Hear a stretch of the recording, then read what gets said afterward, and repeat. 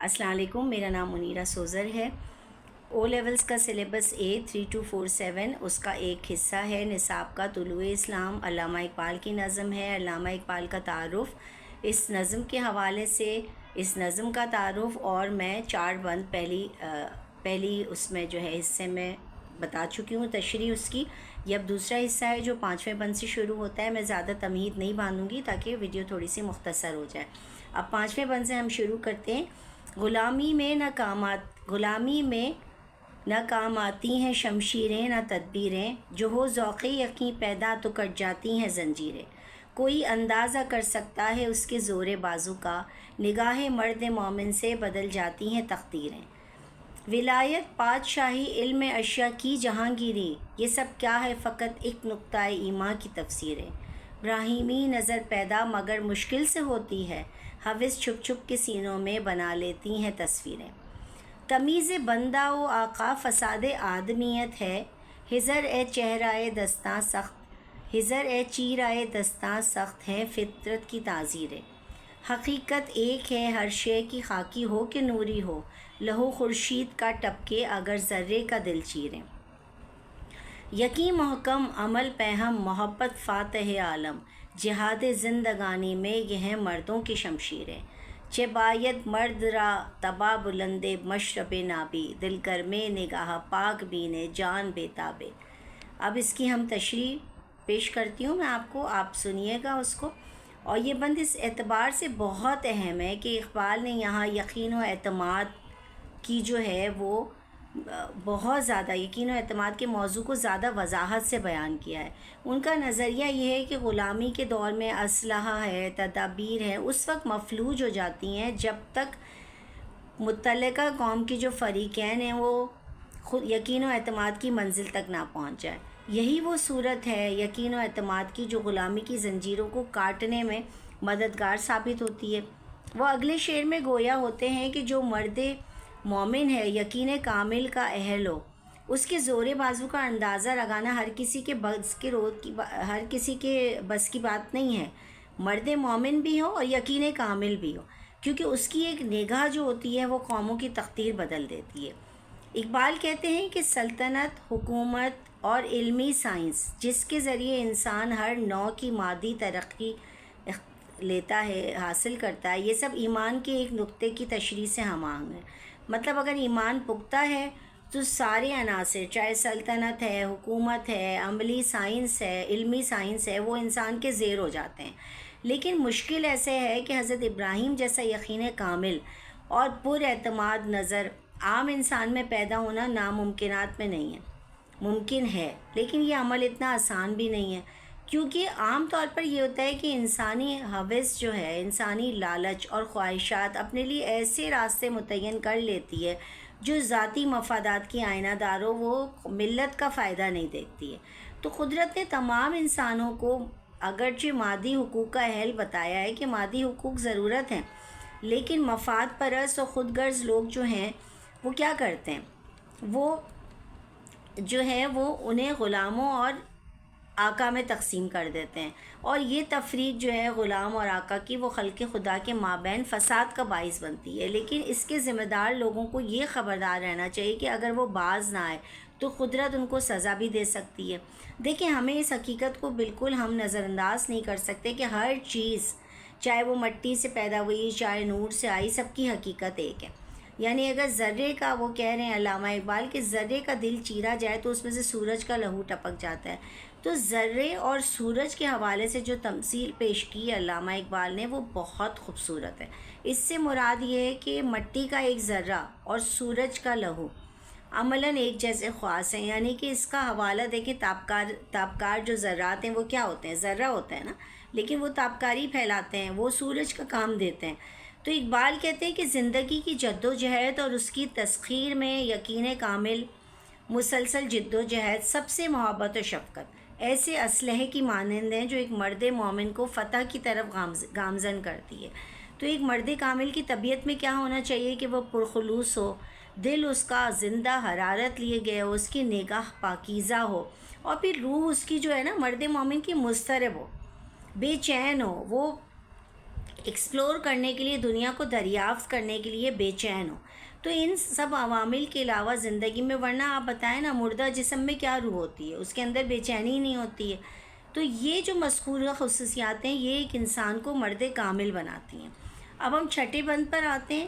چھٹا بند جو ہے وہ ہے: عقابی شان سے جھپٹے تھے جو بے پالوں پر نکلے، ستارے شام کے خونے شفق میں ڈوب کر نکلے، ہوئے مدفون دریا زیر دریا تیرنے والے، تماچے موج کے کھاتے تھے جو بن کر گوہر نکلے. بہت زبردست شعر ہے یہ. غبار رہ گزر ہیں کیمیا پر ناز تھا جن کو، جبینِ خاک پر رکھتے تھے جو اکسیر گر نکلے. ہمارا نرم رو قاصد پیام زندگی لایا، خبر دیتی تھی جن کو بجلیاں وہ بے خبر نکلے. حرم رسوا ہوا پیرے حرم کی کم نگاہی سے، جوان تتاری کس قدر صاحب نظر نکلے. زمیں سے نوریاں آسمان پرواز کہتے تھے، یہ خاکی زندہ تر پابندہ تر تابندہ تر نکلے. جہاں میں اہل ایما صورت خورشید جیتے ہیں، ادھر ڈوبے ادھر نکلے ادھر ڈوبے ادھر نکلے. یقین افراد کا سرمایہ تعمیر ملت ہے، یہی قوت ہے جو صورت گھر تختیر ملت ہے. اس کی تشریح بہت ہی عمدہ بند ہے، بہت ہی عمدہ بند، اور بہت اس میں امید دلاتے ہیں. منفرد لب و لہجے میں وہ بتا رہے ہیں کہ جرمنوں اور ترکوں کا موازنہ کر رہے ہیں کہ اسلام کی برکت سے ترک بے سر و سامانی کے باوجود جرمن کے مقابلے میں کیوں کامیاب رہے؟ کیونکہ یقین و ایمان جو ہے وہ ملت کی تعمیر کا سامان ہے.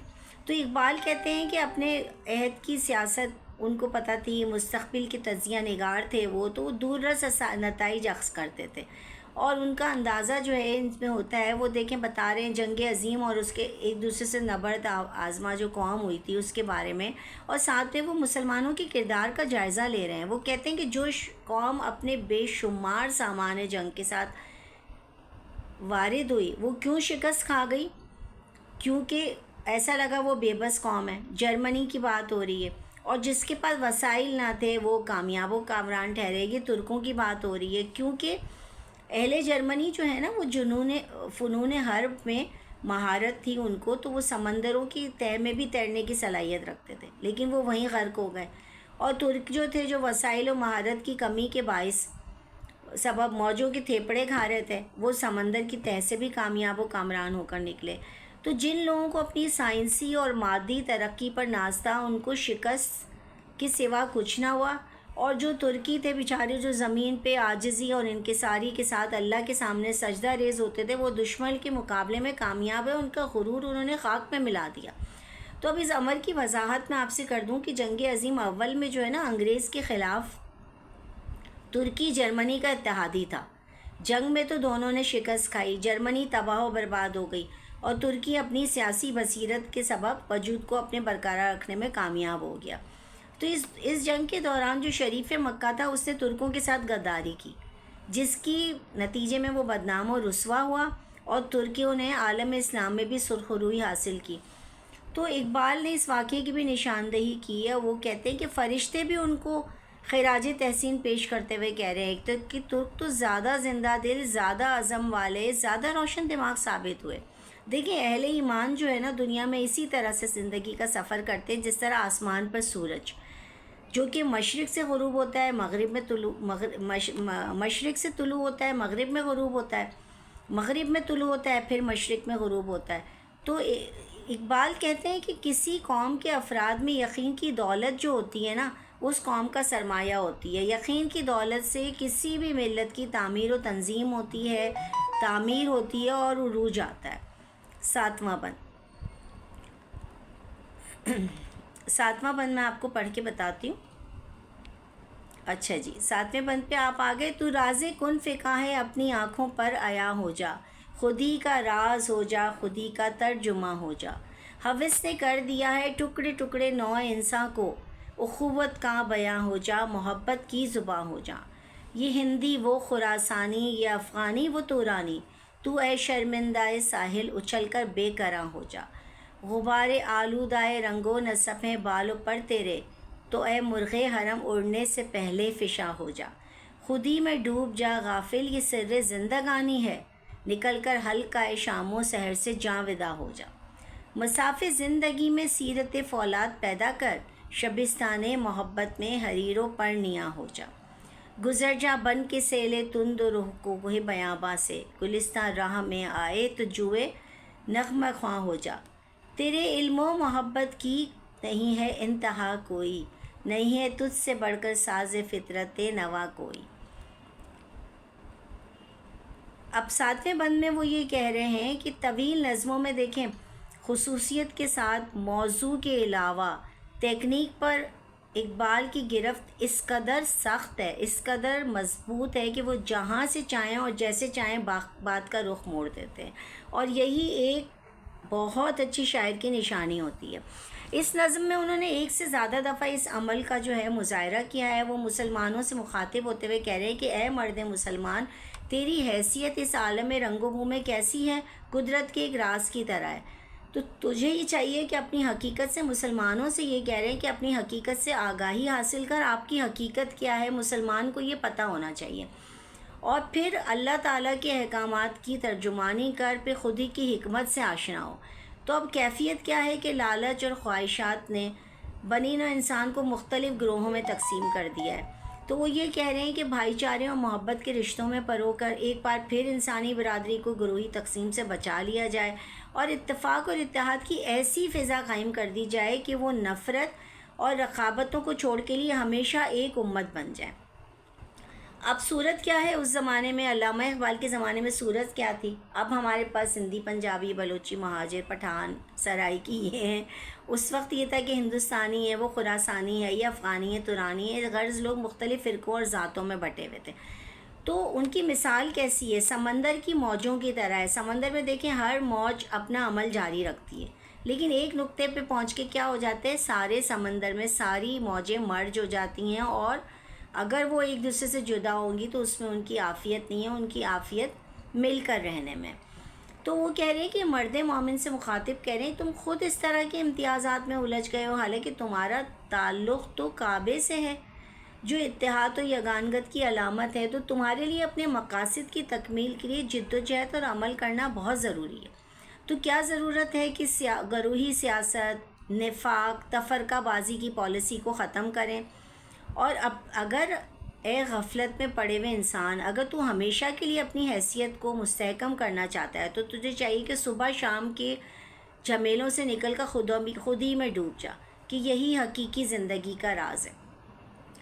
عملی جد و جہد میں مسلمان کو کیسا ہونا چاہیے؟ کہ عملی جد و جہد میں جہاں پہ وہ اپنے حریفوں سے مقابلے میں ہو تو وہ فولاد کی طرح سخت ہونا چاہیے دشمن سے مقابلے میں، اور جہاں اپنے ہوں وہاں پر محبت اور شفقت درکار ہے۔ ایسے مواقعات پر نرم روی کی ضرورت ہے۔ جب پہاڑوں اور صحراؤں کو عبور کرنا ہو تو سیلاب کی طرح گزر جائیں، سیلاب جیسی تیزی اختیار کریں، اور اگر گلستان آ جائے، راستے میں باغ آ جائے تو اس ندی کی طرح ہو جائیں کہ جو روانی سے آہستہ آہستہ نغمے گاتی ہوئی بہتی ہے۔ تو اس شعر کا مضمون بھی دوسری شعر کی مانند ہی ہے کہ دوستوں سے محبت و شفقت اور دشمنوں سے سختی۔ تو اب وہ کہہ رہے ہیں کہ اے مرد مسلمان، اس امر میں کسی شک کی گنجائش نہیں ہے کہ تیرا علم اور تیرا جذبہ دونوں اپنی انتہا پر ہیں، اور قدرت میں جتنی مظاہر کائنات ہیں اس میں وجود تمہارا سب سے اعلیٰ اور بلند ہے۔ تو اس بند میں علامہ اقبال نے تمام امت مسلمہ کو اس کا صحیح مقام یاد دلانے کی کوشش کی ہے، اور یہ بتایا ہے کہ آپ اتحاد و یگانگت کی فضا اپنائیں، اور پھر دنیا میں جب آپ کو بلند مقام حاصل کرنا ہے تو آپ اس کے لیے عملی جد و جہد کریں۔ ٹھیک ہے جی، تو اب ہم نے یہ سارے بند مکمل کر لیے ہیں۔